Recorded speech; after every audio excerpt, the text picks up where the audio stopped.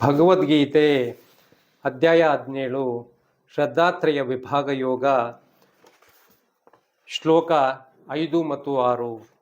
ಅಶಾಸ್ತ್ರವಿಹಿತಂ ಘೋರಂ ತಪ್ಯಂತೆ ಏತಪೋ ಜನಾಃ ದಂಭಾಹಂಕಾರ ಸಂಯುಕ್ತಾಃ ಕಾಮರಾಗಬಲಾನ್ವಿತಾಃ ಕರ್ಷಯಂತಃ ಶರೀರಸ್ಥಂ ಭೂತಗ್ರಾಮಮಚೇತಸಃ ಮಾಂಚೈವಾಂತಃ ಶರೀರಸ್ಥನ್ ತಾನ್ ವಿದ್ಯಾಸುರನಿಶ್ಚಯಾನ್.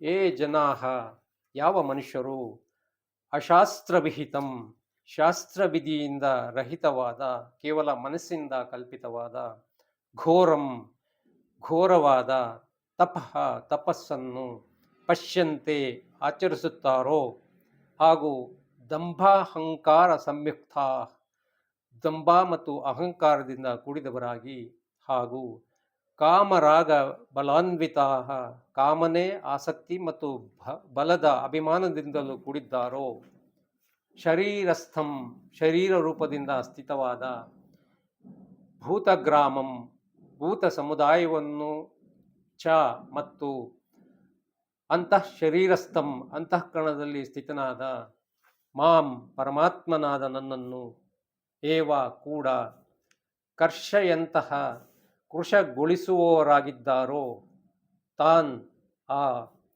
ಅಚೇತಸಃ ಅಜ್ಞಾನಿಗಳನ್ನು ನೀನು ಆಸುರ ನಿಶ್ಚಯಾನ್ ಆಸುರಿ ಸ್ವಭಾವದವರೆಂದು ವಿದ್ದಿ ತಿಳಿ.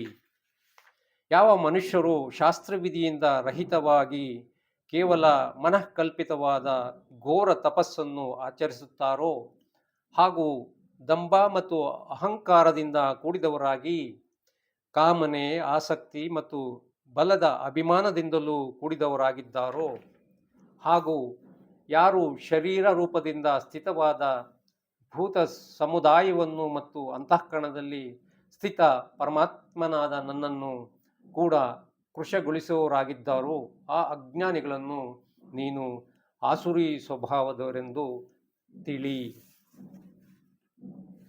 ಸಾಧನೆಯ ಮಾರ್ಗದಲ್ಲಿ ಹೆಚ್ಚಿನ ಆತುರ ಒಳಿತಲ್ಲ. ಸಾಧನೆಯಲ್ಲಿ ಗಡಿಬಿಡಿಯನ್ನು ಮಾಡುವವರಿಗೆ ಪೂರ್ಣ ಫಲವು ಲಭಿಸದು. ಸಾಮಾನ್ಯವಾಗಿ ಎಷ್ಟೋ ಜನರು ಹೀಗೆ ಮಾಡುವವರಿದ್ದಾರೆ. ಸಾಧಕರಿಗೆ ಈ ಪರಿಸ್ಥಿತಿ ಒದಗಬಾರದೆಂದೇ ಪರಮಾತ್ಮನು ಇಲ್ಲಿ ಸರಿಯಾದ ಸಾಧನೆಯ ಮಾರ್ಗವನ್ನು ವಿವರಿಸುತ್ತಿರುವುದು. ಶರೀರಕ್ಕೆ ಕಷ್ಟವನ್ನು ಕೊಟ್ಟು ವ್ರತವನ್ನಾಚರಿಸುವ ವಿಧಾನ ನಮ್ಮಲ್ಲಿ ಬಳಕೆಗೆ ಬಂದಿದೆ. ಅಧಮ ಅಧಿಕಾರಿಗಳಿಗೆ ಇದನ್ನು ಹೇಳಿರುವುದು. ಆದರೆ ಅಷ್ಟನ್ನು ಮಾತ್ರ ಮಾಡುವುದರಿಂದ ಆತ್ಮ ಜ್ಞಾನವಾಗುತ್ತದೆ ಎಂದು ಎಲ್ಲೂ ಹೇಳಲಿಲ್ಲ. ನಾವು ಮಾಡುವ ಸಾಧನೆಗಳು ಎಲ್ಲವೂ ಶಾಸ್ತ್ರ ವಿಹಿತವಾಗಿರಬೇಕು.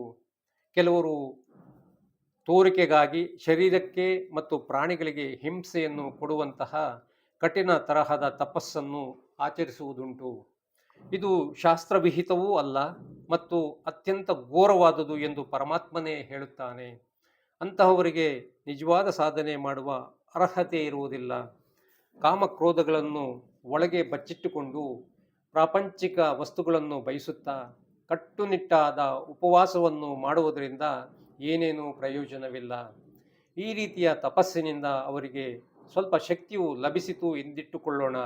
ಅದನ್ನೂ ಅವರು ದುರ್ವ್ಯಯಗೊಳಿಸಿ ಹೆಚ್ಚಿನ ಅಶಾಂತಿಯನ್ನೇ ಮಾಡಿಕೊಳ್ಳುತ್ತಾರೆ. ಪುರಾಣದಲ್ಲಿ ಬರುವ ರಾಕ್ಷಸರ ಜೀವನ ಇದಕ್ಕೆ ಒಪ್ಪುವ ಉದಾಹರಣೆಗಳು. ಈ ರೀತಿಯ ತಪಸ್ಸಿನಿಂದ ಅವರು ಶರೀರ ಮತ್ತು ಪಂಚ ಪ್ರಾಣಗಳಿಗೆ ಮಾತ್ರ ಕಷ್ಟ ಕೊಡುವುದಲ್ಲ, ಹೃದಯ ವಾಸಿಯಾದ ಪರಮಾತ್ಮನಿಗೂ ಕಷ್ಟ ಕೊಡುತ್ತಾರೆ. ಅಂದರೆ ಅಂತಹ ಕಠಿಣತರ ಸಾಧನೆಗಳಿಂದ ಜೀವನಿಗೆ ಬಹಳ ಕಷ್ಟವಾಗುತ್ತದೆ ಎಂದರ್ಥ. ಎಲ್ಲದರಲ್ಲೂ ಮಿತಿ ಇರಬೇಕು. ಮಿತಿ ತಪ್ಪಿದ ತಪಸ್ಸು ಆತ್ಮ ವಿನಾಶಕಾರಿ. ಇಂದ್ರಿಯಗಳನ್ನು ಹತೋಟಿಯಲ್ಲಿ ಇಟ್ಟುಕೊಳ್ಳುವುದಕ್ಕೆ ತಪಸ್ಸು ಎನ್ನುವುದು, ಇಂದ್ರಿಯಗಳನ್ನು ಹಿಡಿದಿಟ್ಟುಕೊಳ್ಳುವುದಕ್ಕಲ್ಲ.